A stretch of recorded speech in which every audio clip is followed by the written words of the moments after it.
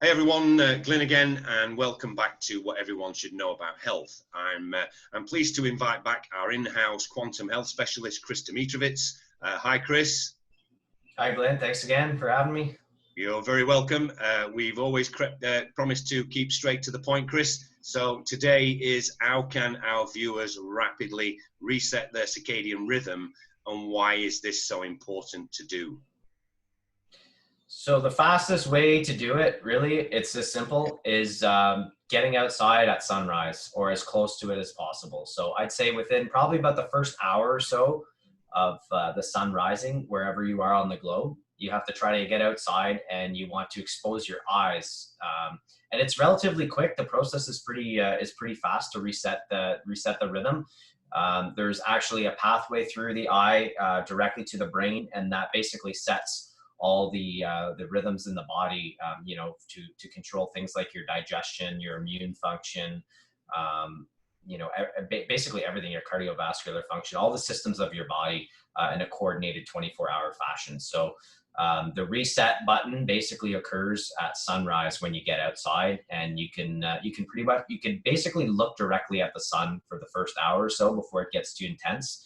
But really, you only need, I'd say 5 minutes is really as much as you need to really get that signal through the eye. And it's really that simple.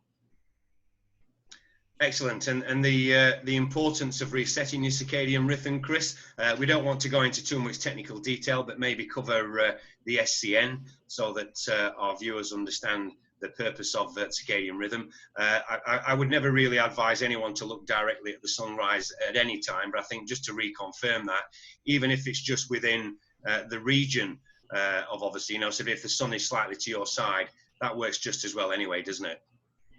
Yeah, that's fine. And I mean, you'll notice natural instinct is obviously not to look directly at the sun as it starts to rise above and the UV shows up.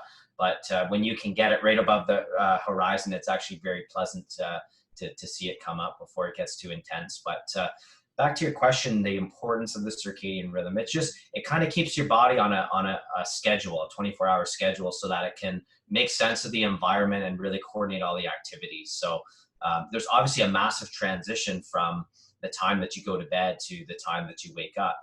So that's, typically your body's stress levels or the need for to release the stress hormone, cortisol, is highest that time to get you jolted, to get you out of bed. It actually takes, a good amount of energy to transition from, unconsciousness to that conscious state where you're going to be starting the active period of your day.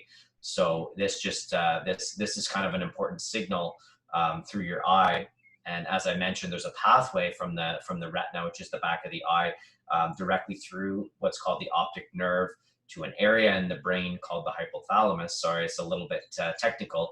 And that's where the suprachiasmatic nucleus is. And that basically just acts as kind of the master clock of the body. It's like basically a conductor in an orchestra, and all your cells and all the microbes that live inside of you to keep you healthy, they're kind of following those that set of instructions from the SCN, and it's getting its input through the light. It also gets input through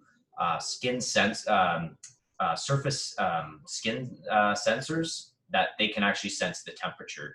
So that's kind of how we adapt to the winter time, and our body knows that what season we're in is not only do we pay attention to the light coming through the eye, but also the temperatures on our skin, and that kind of keeps us on track with the cycle to keep us healthy. That's an interesting point, that, Chris, by talking about not just the retina as acting as a receptor to basically wake you up, which I'm going to cover just briefly as well. But as you say, skin temperature. In later videos, we're going to talk about cold therapy. But at the moment as well, let's look at the polar opposite to that, which is a hot sauna.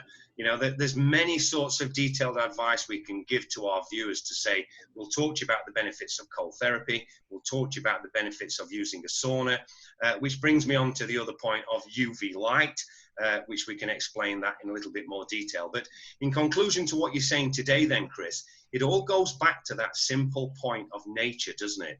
Sort of back in the good old days, we used to live by nature. So all we're really doing is saying to people, this is what you would have done. When you get up in the morning in your modern home at the moment with your artificial heating and artificial lighting, and then you eat a big breakfast, although you feel that you are awake, your body has not been awoken. The benefit of having the circadian rhythm reset is that when you get up in the morning and you get out of your bed, you go outside, as you mentioned, you get yourself grounded to take the benefits from the energy coming from the earth itself. But then in addition to that, what you're really doing is that by getting sunlight in your retina, that is waking up your internal body clock. So we'll just finish off today then, Chris, just to cover on one point, which I mentioned in the last video. The other major benefit of resetting your circadian rhythm, which I'll let you conclude on, is what you're doing in the morning is so important to what happens at the end of the day, which is our good friend melatonin, which, you know, you don't need pharmaceutical drugs for that, Chris. What's the fastest way to get your melatonin levels up? Absolutely. Getting as much morning sun as you possibly can will actually trigger, not only will actually trigger the production of melatonin, but sets you up for the proper timing and release of it when darkness sets in after sunset.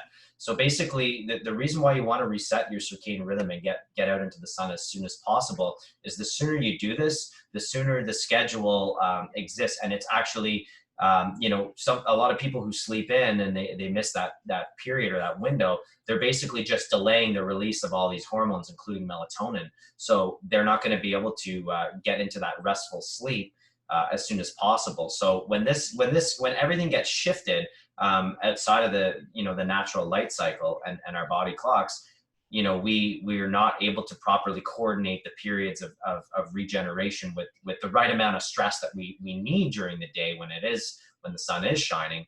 And so we kind of get out of sync, and then we have now a shortened window of our ability to repair and regenerate. And of course, long term, this is going to lead to degenerative diseases that we see so commonly today. Absolutely. And a parting comment then, Chris, I think it's fair to say to all our viewers, don't think that when you get up in the morning, just because it might be a cloudy day, that the sun isn't there and that you can't benefit from it. You definitely can. Chris, it's been fantastic to talk to you today. I really do look forward to Series 2. I think we've got around about 8 videos to do in Series 1. Series 2 will get really down into the nitty-gritty and start supporting people in great detail on how they can start to implement these changes just by the simple detail that we can give them in some of our more in-depth videos. So thanks for today, and I suppose must be early morning over there at the moment, Chris, or midday, is it? Yeah, it's about midday now. Best I leave you to go out and get some fresh air and some sunshine and go and drink some of your Canadian stream water then. Thanks ever so much for today, Chris, and see you on the next video. Okay, thanks, Glenn. Take care, my friend, and thanks for all your useful, helpful advice. Anytime. Cheers, Chris.